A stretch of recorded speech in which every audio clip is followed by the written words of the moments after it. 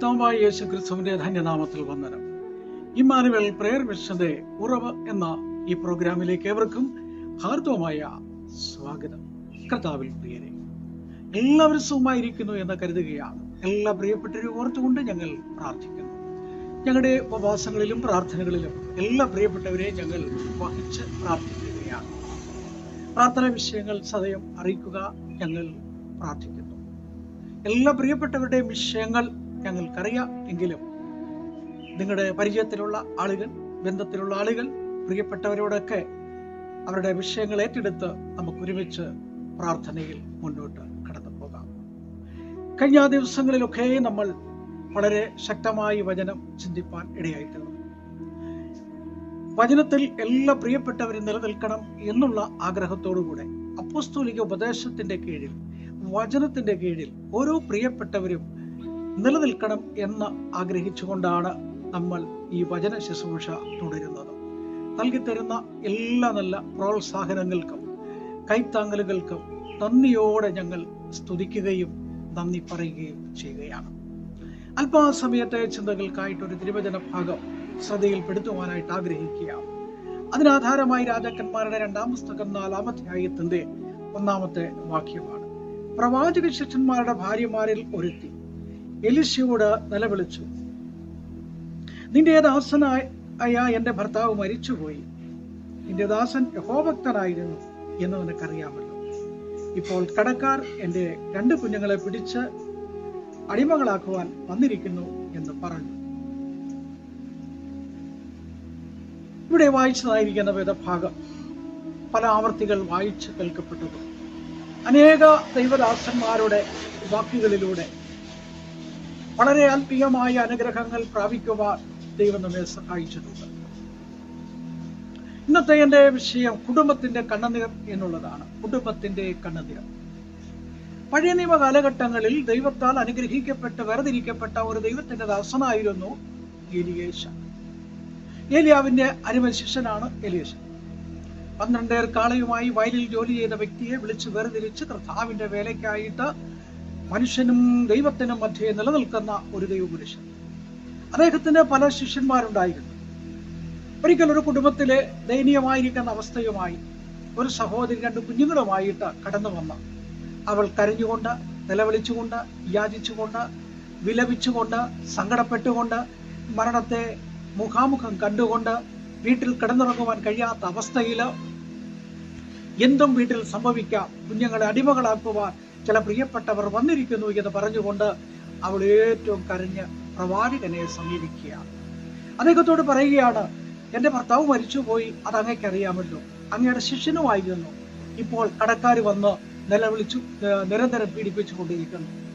എന്ത് ചെയ്യണമെന്നറിയാൻ കഴിയുന്നില്ല, എങ്ങോട്ട് പോകണമെന്നറിയാൻ കഴിയുന്നില്ല. മരണം മാത്രമാണ് ഞങ്ങൾക്ക് മുമ്പിലുള്ളത്. അത്രമാത്രം പരാജയത്തിന്റെയും വേദനകളുടെയും ദുഃഖത്തിന്റെയും ആഴത്തിന്റെ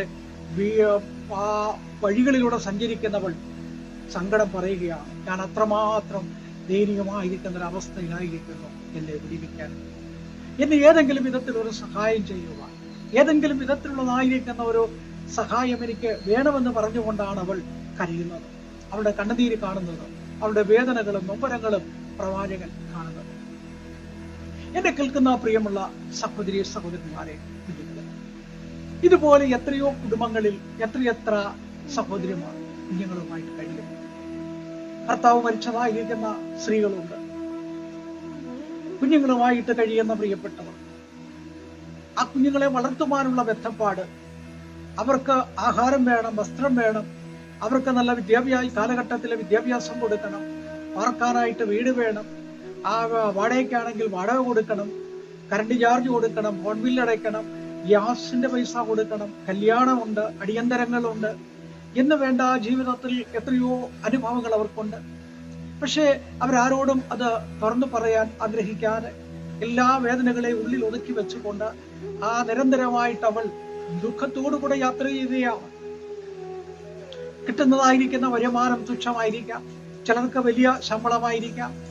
എങ്കിലും ആ കിട്ടുന്ന അനുസരിച്ച് ജീവിക്കുവാനായിട്ട് അവർ ബന്ധപ്പെടുമ്പോൾ അവർക്ക് ഒരുപാട് ബുദ്ധിമുട്ടുകളുണ്ട്, കണ്ണുനീരുകളുണ്ട്, വ്യതകളുണ്ട്.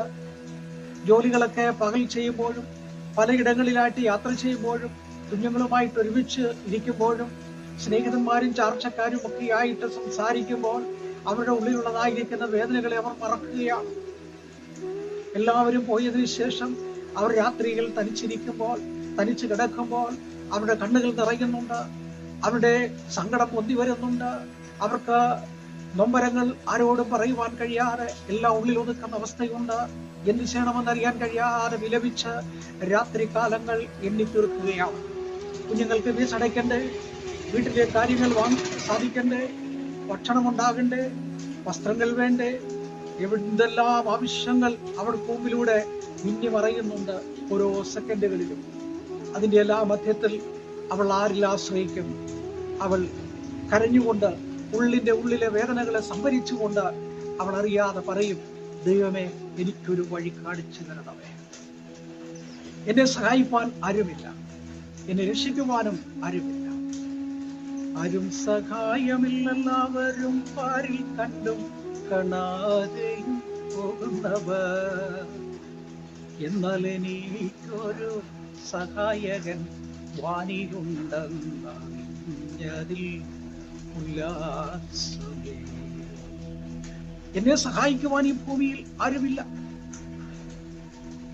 ആരെങ്കിലും സഹായിക്കുന്നുവെങ്കിൽ അതിന്റെ പിന്നിൽ ഏതെങ്കിലും ഒരു ഉദ്ദേശമുണ്ടായിരിക്കാം.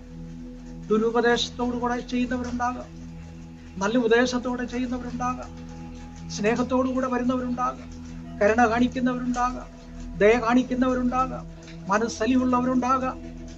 വളരെ വേദനയോടുകൂടെ ദിനരാത്രങ്ങളിലൂടെ കടന്നു പോകുന്ന പ്രിയപ്പെട്ടവൾ വളരെ ദുഃഖത്തിലും വേദനകളിലും നൊമ്പരങ്ങളിലും അവൾ ഒരു തീരുമാനമെടുക്കുകയാണ്. ഈ സഹോദരി,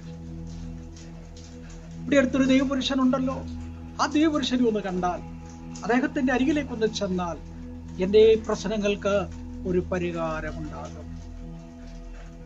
അതുകൊണ്ട് അവൾ രാവിലെ സമയം എഴുന്നേറ്റു. 5-ാം സങ്കീർത്തനത്തിൽ ദാവീദ് പറയുന്നു, രാവിലെ ഞാൻ നിനക്കായി ഒരുക്കി കാത്തിരിക്കുന്നു. രാവിലെ എന്റെ പ്രാർത്ഥന കേൾക്കണം, നിന്നോടല്ലോ ഞാൻ പ്രാർത്ഥിക്കുന്നത്. 40-ാം സങ്കീർത്തനത്തിൽ വായിക്കുമ്പോൾ ഞാൻ കുഴഞ്ഞ ചേറ്റിലായിരുന്നു, ആ കുഴഞ്ഞ ചേറ്റിൽ നിന്നും എന്നെ കരകയറ്റി രക്ഷയുടെയും സന്തോഷത്തിന്റെയും ഉല്ലാസത്തിന്റെയും മോക്ഷങ്ങൾ എനിക്ക് നൽകി തന്നു. ജീവിതമാകുന്ന ഈ മരുഭൂമിയിൽ മധുരകരമായിരിക്കുന്ന ഒരു ജീവിതം ആഗ്രഹിക്കുന്ന ആ പ്രിയപ്പെട്ടവളുടെ ജീവിതത്തിലെ ദുഃഖങ്ങൾ എന്ന് മാറും എന്നോർത്തുകൊണ്ട് പ്രവാചകനെ സമീപിച്ചു. അങ്ങനെ കണ്ണുനീര് കാണുന്നുണ്ടല്ലോ, എന്റെ വേദന അറിയുന്നുണ്ടല്ലോ, എന്റെ ഭാരത്തെ അറിയുന്നുണ്ടല്ലോ. അവൾ വളരെ വേദനയോടെ സങ്കടങ്ങൾ പ്രവാചകനോട് പറഞ്ഞപ്പോൾ അദ്ദേഹം ചോദിച്ചു, നിന്റെ വീട്ടിൽ എന്തുണ്ട്? അവൾ പറഞ്ഞു, എന്റെ വീട്ടിൽ ഒരു ഭരണിയിൽ എണ്ണയല്ലാതെ വേറെ ഒന്നും ഇല്ല. പ്രവാചകൻ പറഞ്ഞു, നീ ഒരു കാര്യം ചെയ്യ്, വീട്ടിൽ ചെന്ന പാത്രങ്ങൾ കുറയാതെ എടുത്തു വെച്ച് മക്കളെയും ഒരുക്കി നിർത്തി അടുത്ത വീട്ടിൽ ചെന്ന പാത്രങ്ങളും കൂടെ കടം വാങ്ങി നിരത്തി വെച്ചിട്ട് ആ എണ്ണ പകരാൻ പറഞ്ഞു. എന്തെന്ന് ചോദിക്കാതെ ആ ദൈവപുരുഷന്റെ വാക്കിനെ സദയം അനുസരിച്ചുകൊണ്ട് അത് സ്വയം അവളുടെ ആത്മാ ചിന്തകളിലേക്ക് ആവാഹിച്ച് ചേർത്ത് പിടിച്ചുകൊണ്ട് തന്റെ കുഞ്ഞുങ്ങളെയും കൊണ്ട് അവൾ വീട്ടിൽ ചെന്നു. കരഞ്ഞകലങ്ങിയ കണ്ണുമായി, മാറിപ്പറക്കുന്ന മുടികളുമായി, വേണ്ടതായിരിക്കുന്ന വസ്ത്രധാരണങ്ങൾ ശ്രദ്ധിക്കാത്തവളായി വളരെ ദയനീയമായി അവൾ ആ പാത്രങ്ങൾ എടുത്തു വെച്ചു. അടുത്ത വീട്ടിൽ നിന്നും പാത്രങ്ങൾ വാങ്ങി അതിലേക്ക് എണ്ണ പകർന്നപ്പോൾ എണ്ണ വർദ്ധിക്കാൻ തുടങ്ങി. വലിയ വർധനവുണ്ടായി. പാത്രങ്ങളൊക്കെ നിറഞ്ഞു. ഇനിയും പാത്രങ്ങളില്ല. അവൾ ആ പാത്രം വെച്ചിട്ട് പ്രവാചകനോട് പറഞ്ഞു, പാത്രങ്ങളെല്ലാം നിറഞ്ഞിരിക്കുന്നു, ഇനി ഞാൻ എന്ത് ചെയ്യണം? പ്രവാചകൻ പറഞ്ഞൊരു കാര്യമുണ്ട്, ഇനി നീ എണ്ണ വിറ്റ് കടങ്ങൾ വീട്ടണം. മിച്ചമുള്ളത് നിനക്കും നിന്റെ മക്കൾക്കും ഉപജീവനത്തിനായി വേർതിരിക്കുക. ഒരു വാതിൽ അടയുമ്പോൾ മറ്റൊരു വാതിൽ തുറക്കും. ഒരു മാർഗം ദൈവം ഒരുക്കി തരും. എന്നെ കേൾക്കുന്ന പ്രിയമുള്ളവരെ, നിങ്ങൾ നിരാശയിലും നിങ്ങൾ ദുഃഖത്തിലും വേദനയിലുമാണ്. യഹോവയിലേക്ക് കണ്ണുകൾ ഉയർത്താം. 121-ാം സങ്കീർത്തനം ഇങ്ങനെ പറയുന്നു, ഞാൻ എൻ്റെ കണ്ണ് പർവ്വതങ്ങളിൽ ഉയർത്തും, എനിക്ക് സഹായം എവിടെ നിന്ന് വരും? കണ്ണുകൾ ഉയർത്തുക, വേദനയിൽ വിളിച്ചപേക്ഷിച്ച് കണ്ണുനീരോടെ കടന്നു വന്നവരെ തള്ളിക്കളയാ സ്നേഹത്തിന്റെ ആഴങ്ങളിൽ ചേർത്ത് പിടിച്ചിട്ടുണ്ട്. അവൻ ഞങ്ങളെ ചേർത്ത് പിടിക്കും, ഉയർത്തും, ഉന്നതമായ നിലവാരത്തിൽ എത്തിക്കും. കുഞ്ഞുങ്ങൾക്കും നല്ല ഒരു ഭാവി അനുഗ്രഹമാക്കി തീർക്കും. കുടുംബത്തിന്റെ കണ്ണുനീർ ആരും കണ്ടില്ലെങ്കിലും കാണുന്നവരുമല്ല, ആ കുടുംബത്തിലേക്ക് ഇറങ്ങി വരിക, കണ്ണുനീർ കരുണയുള്ള ദൈവമേ, സ്വർഗ്ഗസ്ഥ പിതാവേ, അനുഗ്രഹിക്കപ്പെട്ട നല്ല സമയത്തിനായി വചനം കേൾക്കുന്ന ഓരോ പ്രിയപ്പെട്ടവരെ ഓർക്കും. ജന്മദിനം ആഘോഷിക്കുന്നവരെ, വിവാഹ വാർഷികം ആഘോഷിക്കുന്നവരെ ഓർക്കും. ജോലിയോടുള്ള ബന്ധത്തിൽ സ്വദേശത്തും വിദേശത്തും വടക്കേ ഇന്ത്യയിലുണ്ട്, അതുപോലെ ഗൾഫ് മേഖലകളിൽ അനേക പ്രിയപ്പെട്ടവര് അവിടെ ജോലി ചെയ്യുന്നു. European രാജ്യങ്ങളിലുണ്ട്, American നാടുകളിലുണ്ട്. അവിടെയൊക്കെയും അനേക പ്രിയപ്പെട്ടവര് ജോലി ചെയ്യുന്നു. പഠിക്കുന്ന കുഞ്ഞുങ്ങൾ, കുടുംബമായി പാർക്കുന്നവർ, ബിസിനസ് ചെയ്യുന്നവർ, എല്ലാ പ്രിയപ്പെട്ടവരും പ്രാർത്ഥിക്കുന്നു. വിധവകളായി അനേക കുടുംബത്തിൽ കണ്ണുനീരോടെ കഴിയുന്നു. കുടുംബത്തിന്റെ കണ്ണുനീര് കാണുവാൻ ആരുമില്ലാതെ പോകുമ്പോൾ കാണുന്നവൻ ഇറങ്ങി വന്ന് വിടിവിച്ച പ്രവാചക ശിഷ്യന്റെ ഭാര്യയെ ഞങ്ങൾ ഓർക്കുന്നു. അത് ഇതുപോലെ അനേക പ്രിയപ്പെട്ടവർക്ക് ഒരാശ്വാസം വിടുതലുമായി തീരുവാൻ സഹായിക്കണം. യേശുവിൻ നാമത്തിൽ തന്നെ ആമേൻ. Praise the Lord. ദൈവം നിങ്ങളെ എല്ലാവരെയും അനുഗ്രഹിച്ച് കർമ്മമാർന്നാകട്ടെ. ഈ വചനങ്ങളാൽ ദൈവം നിങ്ങളെ ശക്തീകരിക്കട്ടെ. Praise the Lord.